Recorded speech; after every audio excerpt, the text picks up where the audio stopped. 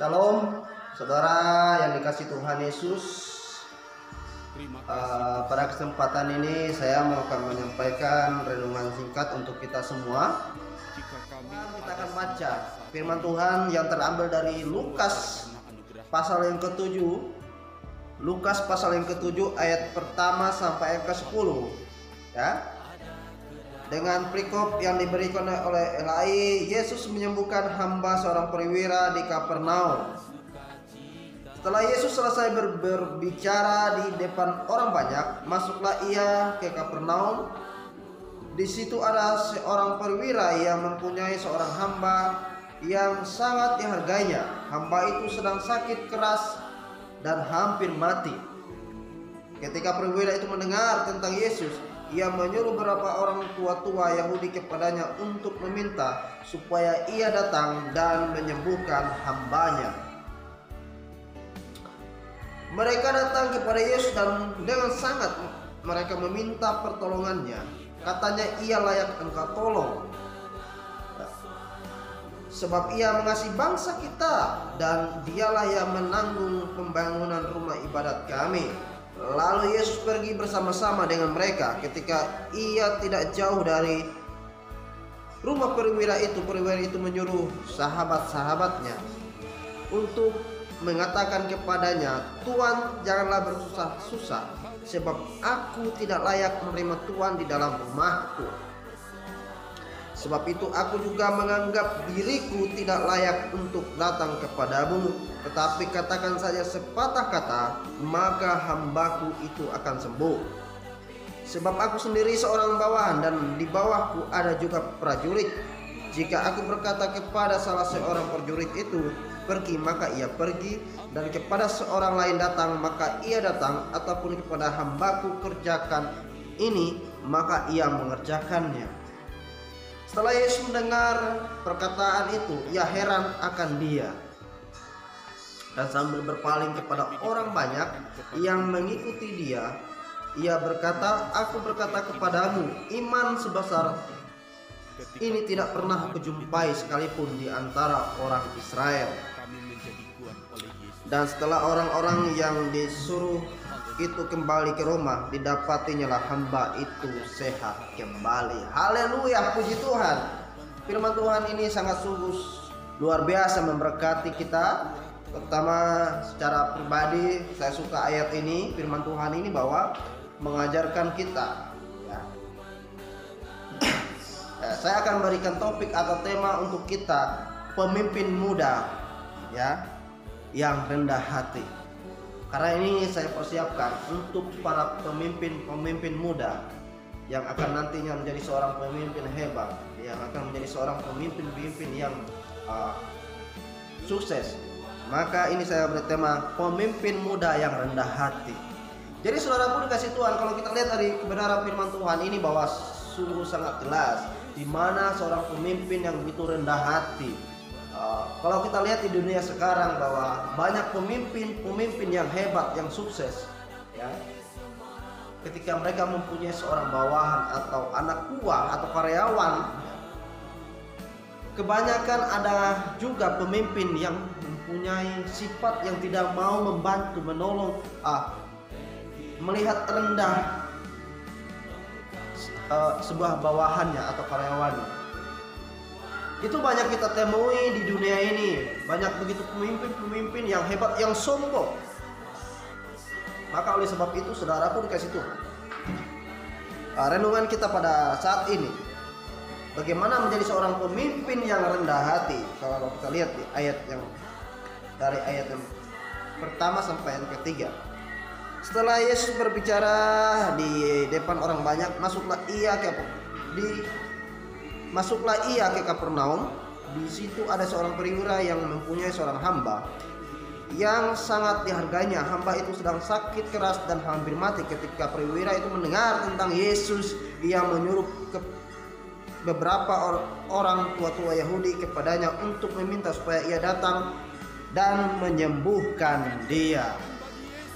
Jadi saudaraku dikasih Tuhan, salah satu kunci untuk menjadi seorang pemimpin yang rendah hati, yang pertama kita harus datang kepada Tuhan. Kita harus datang kepada Tuhan. Ya. Kita cari Tuhan. Ya.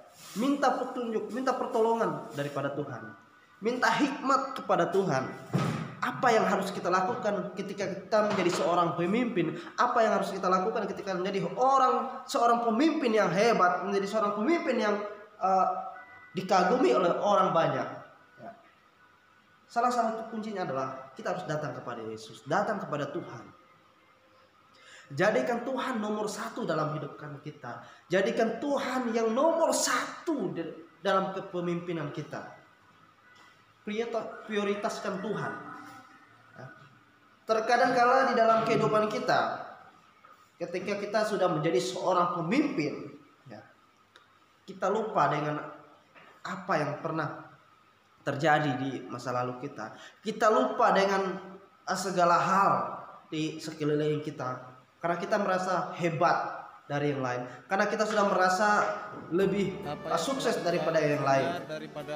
Jadi saudaraku dikasih Tuhan, bagaimana kisah ini yang dialami oleh seorang perwira ini.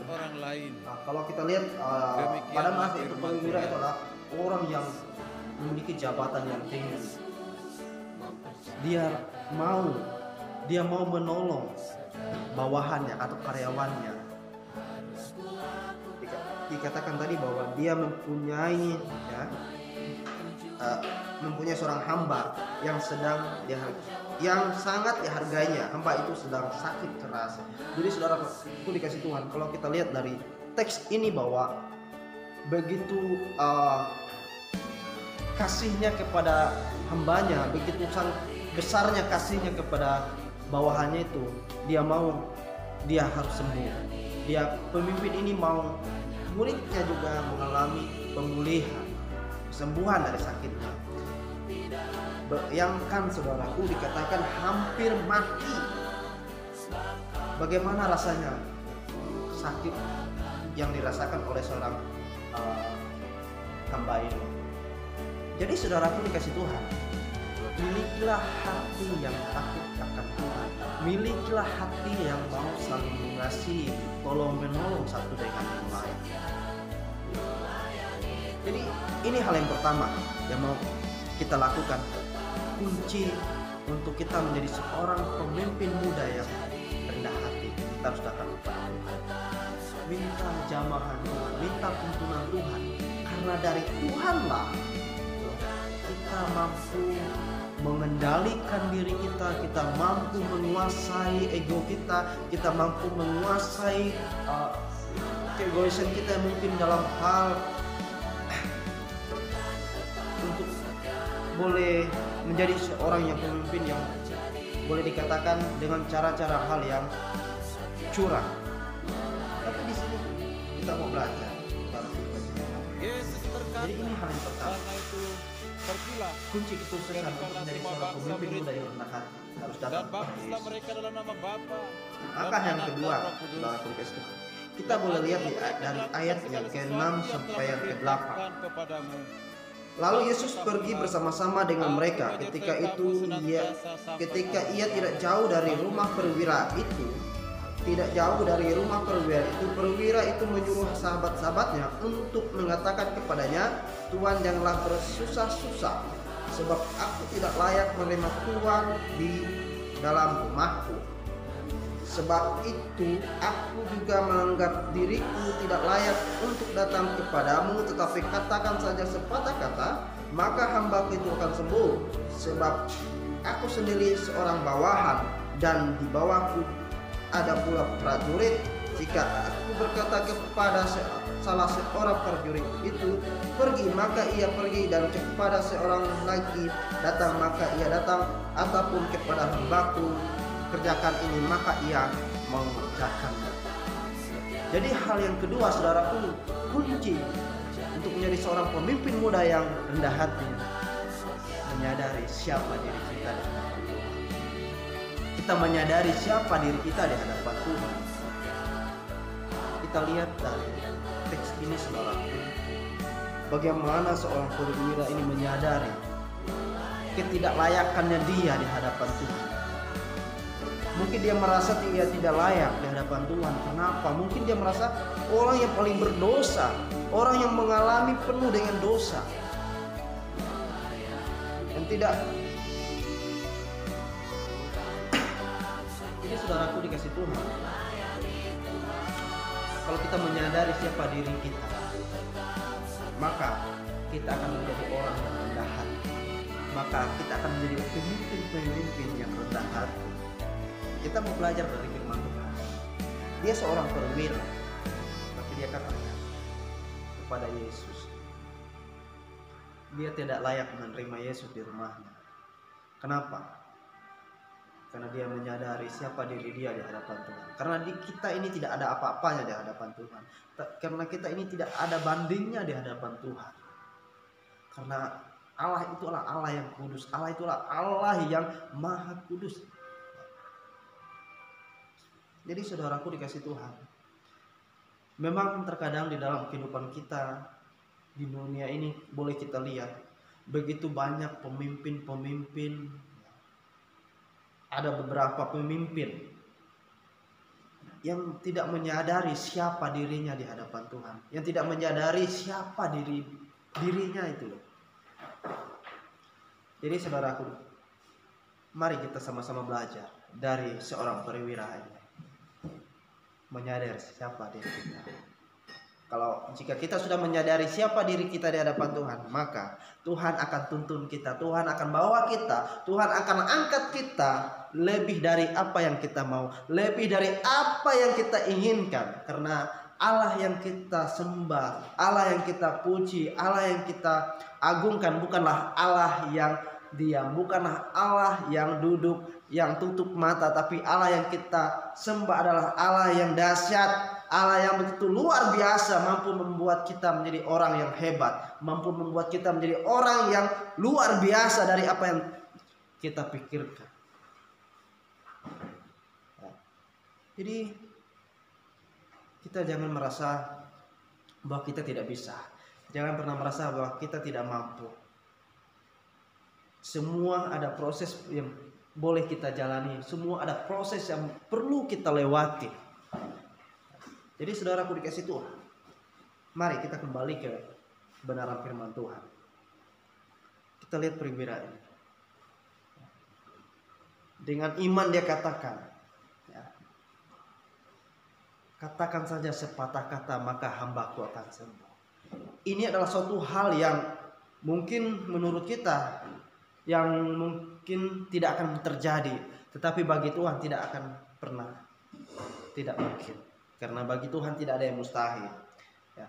Kalau kita lihat di ayat selanjutnya bahwa setelah Yesus mendengar ayat yang ke-8, sebab aku sendiri seorang bawahan dan di bawahku ada pula prajurit. Jika aku berkata kepada seorang prajurit itu pergi, maka ia pergi, dan kepada seorang lain datang, maka ia datang, ataupun kepada hambaku kerjakanlah ini, maka ia mengerjakannya. Setelah Yesus mendengar perkataan itu, lalu heran akan dia, dan sambil berpaling kepada orang banyak yang mengikuti dia, ia berkata, aku berkata kepadamu, iman sebesar ini tidak pernah kejumpai sekalipun di antara orang Israel. Dan setelah orang-orang yang disuruh itu kembali ke rumah, didapatinya hamba itu sehat kembali.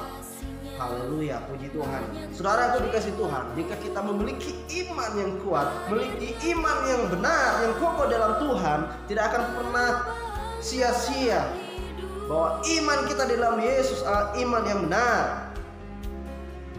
Kita percaya, kalau kita mempercayai perkataan kita mengimani apa yang kita minta sama Tuhan, kita mengimani apa yang kita mau katakan sama Tuhan, ini bisa terjadi. Kita lihat dari teks-teks ini bahwa di mana seorang perwira ini memiliki iman yang gitu luar biasa, yang sangat sungguh luar biasa, yang katakan bahwa dia memiliki iman yang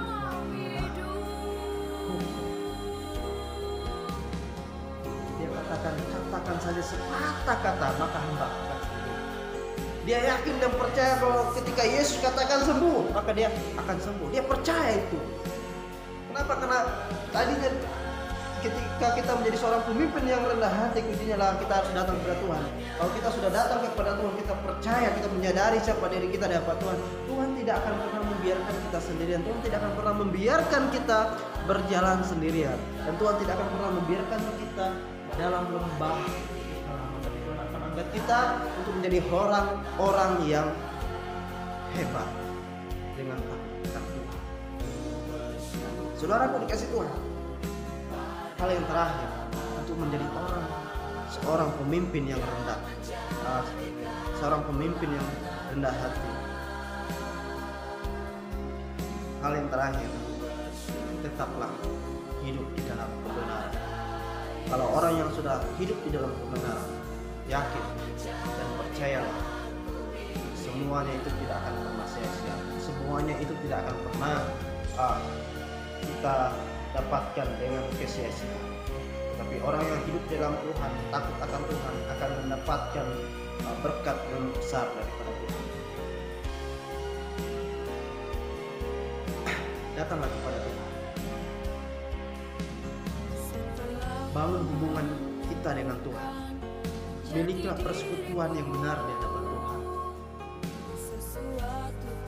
Bagaimana supaya kita menjadi seorang pemimpin yang rendah hati, pemimpin muda yang rendah hati?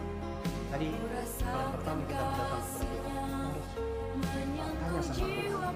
Jadikan Tuhan yang berotoritas, jadikan Tuhan yang nomor satu dalam hidup kita, jadikan Tuhan yang nomor satu.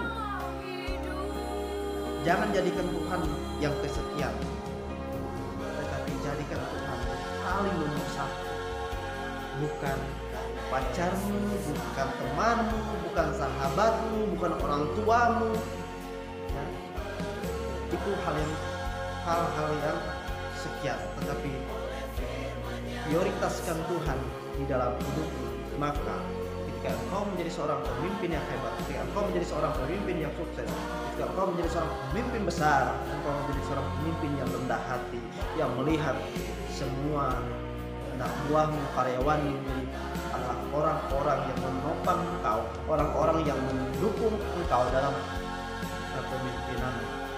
Tanpa mereka kita tidak bisa berbuat apa-apa. Tanpa mereka kita menjadi seorang pemimpin tidak akan pernah mampu sendirian. Tapi karena adanya bawaan kita, karena adanya mereka karyawan kita mampu melakukannya dengan baik. Kita mampu mengelolakan perusahaan kita dengan baik. Kita mampu mengelola universitas kita dengan baik. Bahkan di dalam kepemimpinan, menjadi seorang pemimpin dunia pun, bangsa pun, kalau kita dikehendaki Tuhan, kita tidak akan pernah dibiarkan sendiri. Kenapa? Kalau kita saling mendukung, saling melihat, saling menopang satu dengan yang lain, pasti kita akan mampu melewati proses yang Tuhan berikan, proses yang akan kita lewati itu dengan tuntunan Tuhan, dengan kasih Tuhan. Haleluya, puji Tuhan. Jadi itulah saudara yang harus kita lakukan. Sadari siapa diri kita. Jika kita melakukan suatu kesalahan, jika kita menyadari kita tidak ada apa-apa yang kita lakukan, mari datang kepada Tuhan. Perbuatlah yang dapat kau perbuat untuk Tuhan.